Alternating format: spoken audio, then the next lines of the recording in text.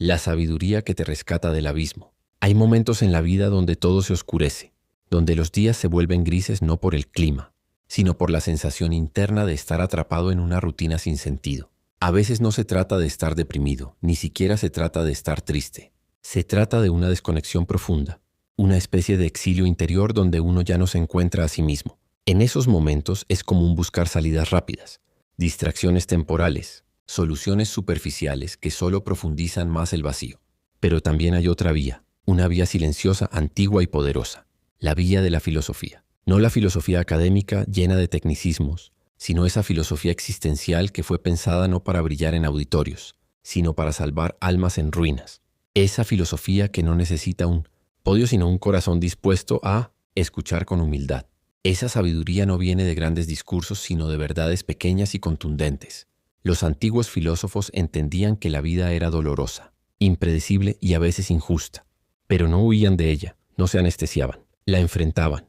Sócrates caminaba por Atenas haciendo preguntas, no porque tuviera las respuestas, sino porque sabía que el alma se despierta cuando comienza a interrogarse. Epicuro buscaba la felicidad no en los excesos, sino en la simplicidad. Séneca nos enseñó que el tiempo es el recurso más valioso que tenemos, y que la mayor parte de nuestra angustia proviene de vivir como si fuésemos eternos. Marco Aurelio, en medio del poder y el caos del Imperio Romano, escribió para sí mismo palabras que resuenan hasta hoy, recordándonos que el alma tiene poder incluso cuando todo a su alrededor se desmorona. La filosofía, bien entendida, no es un lujo intelectual, es una herramienta vital para sobrevivir emocionalmente. Cuando la mente se enreda en miedos, cuando la autoestima se desploma, cuando el sentido parece haberse esfumado, la filosofía puede ser esa mano invisible que te toma por el hombro y te dice: aquí estoy. No estás solo, lo que sientes tiene nombre, tiene historia y tiene salida, porque antes que tú, millones de seres humanos han sentido lo mismo. Y algunos de ellos dejaron huellas en forma de palabras, en forma de pensamientos, en forma de sabiduría. Esa sabiduría no grita, no impone, no obliga, susurra, espera, acompaña, y cuando menos lo esperas, se convierte en tu aliada más poderosa. No necesitas tener una biblioteca entera en la cabeza. A veces basta con una sola idea bien comprendida para cambiar el rumbo de una vida. Cómo entender que no todo lo que piensas es cierto, que tus emociones son reales pero no siempre razonables, que el dolor tiene sentido pero no siempre razón, que la mente puede ser una cárcel pero también una escalera, y que vivir con profundidad no significa vivir con respuestas, sino con preguntas que te mantengan despierto. Hay un error común en nuestra cultura actual: pensar que motivarse es elevarse con frases bonitas o ilusiones optimistas. La verdadera motivación nace del contacto honesto con nuestra oscuridad, del reconocimiento de nuestra vulnerabilidad y de la voluntad de caminar incluso con las piernas temblando. No hay fuerza más poderosa que la de quien ha caído y ha decidido levantarse sin espectáculo. La filosofía no nos promete una vida sin tormentas, pero sí una brújula interna capaz de orientarnos cuando todo parece desmoronarse. Esa brújula no se instala de un día para otro. Se forja con lectura, con introspección, con práctica, con errores. Se afina cuando nos detenemos a escuchar nuestra mente sin juzgarla, cuando nos damos permiso para sentir sin quedar atrapados en ello, cuando entendemos que el pensamiento es una herramienta y no un amo. Friedrich Nietzsche decía que quien tiene un porqué puede soportar casi cualquier cómo. Y esa frase, tan repetida y tan cierta, encierra una verdad brutal. El sufrimiento humano se vuelve insoportable, no por su intensidad, sino por su aparente falta de sentido. Cuando no entendemos por qué nos pasan las cosas, cuando no encontramos una narrativa que sostenga el dolor, este se convierte en un peso imposible. La filosofía no elimina el dolor, pero puede darle sentido. Puede convertir la herida en sabiduría. Puede transformar el fracaso en una lección silenciosa. Puede hacer que lo que hoy nos parece una maldición, mañana se revele como una de las etapas más formativas de nuestra existencia. Y es aquí donde la filosofía se vuelve profundamente psicológica, porque no se trata de acumular ideas, sino de incorporarlas, de vivirlas, de permitir que nos atraviesen. Es como el arte de respirar conscientemente. No es algo que se nota desde afuera, pero cambia todo desde adentro. La filosofía transforma la manera en que interpretamos lo que nos pasa, y eso, a nivel psicológico, es una revolución. Cambiar la interpretación es cambiar la experiencia, no porque los hechos sean distintos, sino porque tú ya no eres el mismo. La conciencia crece en silencio, y esa conciencia, cuando se despierta, no vuelve a dormirse fácilmente. Viktor Frankl, psiquiatra y sobreviviente del Holocausto, comprendió esta verdad en el infierno de los campos de concentración. Lo que le sostuvo no fue la esperanza de ser liberado, sino la posibilidad de encontrar sentido incluso en el sufrimiento más atroz. Frankl decía que la última de las libertades humanas es la capacidad de elegir, nuestra actitud ante cualquier circunstancia. Y eso es, en el fondo, filosofía vivida, la elección consciente de cómo nos relacionamos con nuestra experiencia. No se trata de negar el dolor ni de disfrazarlo, sino de integrarlo, de hacer del dolor un maestro en lugar de un verdugo. Porque si el sufrimiento es inevitable, entonces más vale que tenga un propósito, una dirección, un aprendizaje. Buda también comprendió esto, aunque desde otra vía. Su diagnóstico fue claro: la vida implica sufrimiento. Pero su respuesta no fue en el rechazo ni la desesperación. Fue la atención plena, la sabiduría interior, el desapego sereno. La filosofía budista no pretende suprimir el dolor a la fuerza, sino mirarlo de frente, comprenderlo y atravesarlo. Nos enseña que el dolor se intensifica cuando nos apegamos, cuando resistimos, cuando luchamos contra lo inevitable. Y en esa enseñanza hay una paz que no grita pero que transforma, porque quien aprende a soltar aprende también a vivir, no con resignación sino con aceptación lúcida. Simone Weil, por su parte, hablaba de la atención como una forma de amor. Para ella, mirar profundamente el sufrimiento ajeno y propio sin huir, sin justificar, sin adornar, era ya un acto de redención.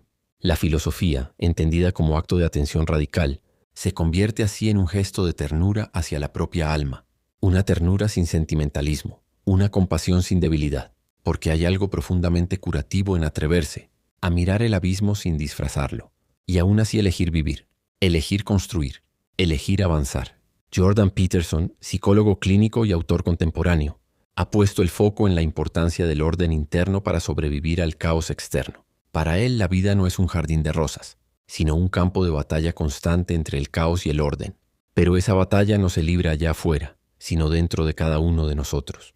En su obra insiste en que el sufrimiento es parte ineludible de la existencia y que la mejor respuesta es asumir responsabilidad, no como una carga impuesta, sino como un acto de dignidad. Asumir responsabilidad por nuestro dolor, por nuestra historia, por nuestras decisiones, es una forma de recuperar poder sobre una realidad que a menudo parece escapar de nuestras manos. Y en ese acto hay algo profundamente sanador, porque al asumir lo que nos duele, dejamos de ser víctimas pasivas y nos convertimos en protagonistas de nuestro destino. El sufrimiento no desaparece, pero se transforma. Se convierte en energía moral, en fuerza psíquica, en base para construir algo más grande que uno mismo. Byung-Chul Han, filósofo surcoreano-alemán, observa nuestra sociedad desde una mirada crítica, y su diagnóstico es tan frío como revelador.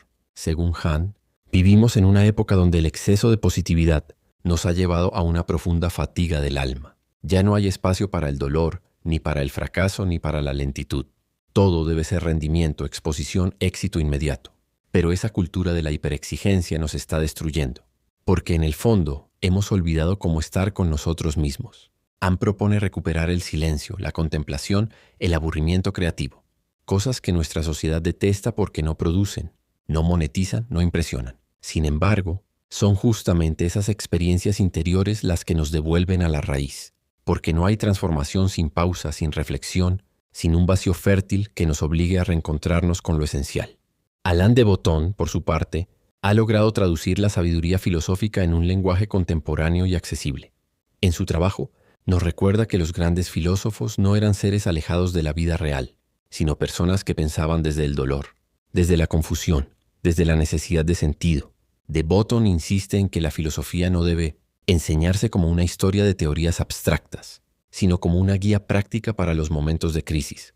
Y su mensaje es claro: cada emoción humana, cada fracaso, cada decepción amorosa, cada error laboral es una oportunidad para filosofar, para entendernos, para crecer.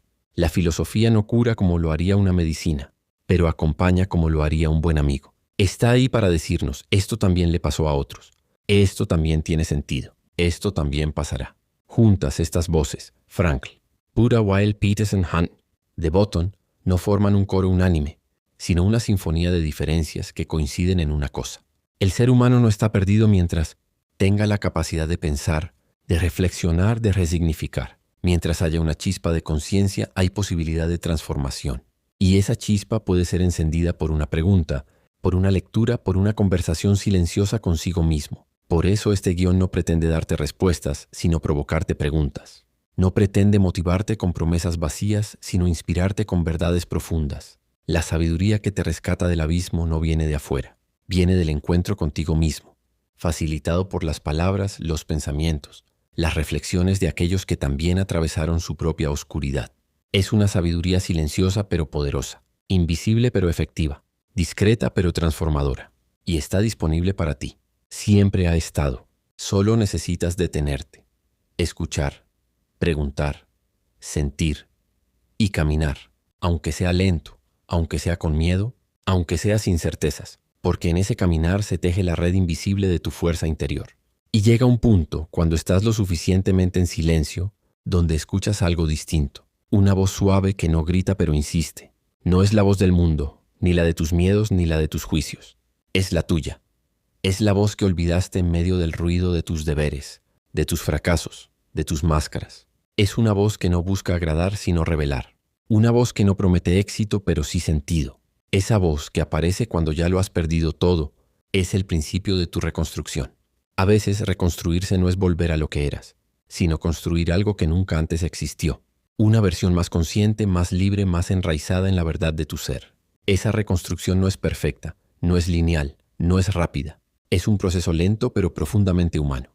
Y cada paso en ese proceso, cada dolor asumido, cada pregunta sin respuesta, cada acto de responsabilidad silenciosa, es una victoria invisible. Una victoria que no aparecerá en redes sociales ni será celebrada con aplausos. Pero es una victoria real, porque es tuya. El mundo seguirá siendo incierto. Las pérdidas seguirán existiendo. Las traiciones, los errores, la muerte, el miedo, todo eso no desaparece. Pero tú ya no serás el mismo, porque habrás aprendido a mirar de frente, a resistir sin endurecerte, a llorar sin quebrarte, a esperar sin resignarte. Y esa es la sabiduría que transforma. Así que si estás en un momento oscuro, no huyas.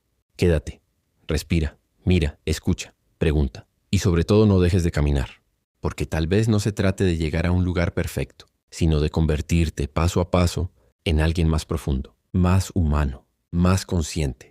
Y eso, aunque nadie lo vea, es lo más cercano a la libertad. Porque la sabiduría que te rescata del abismo no te hace escapar del mundo.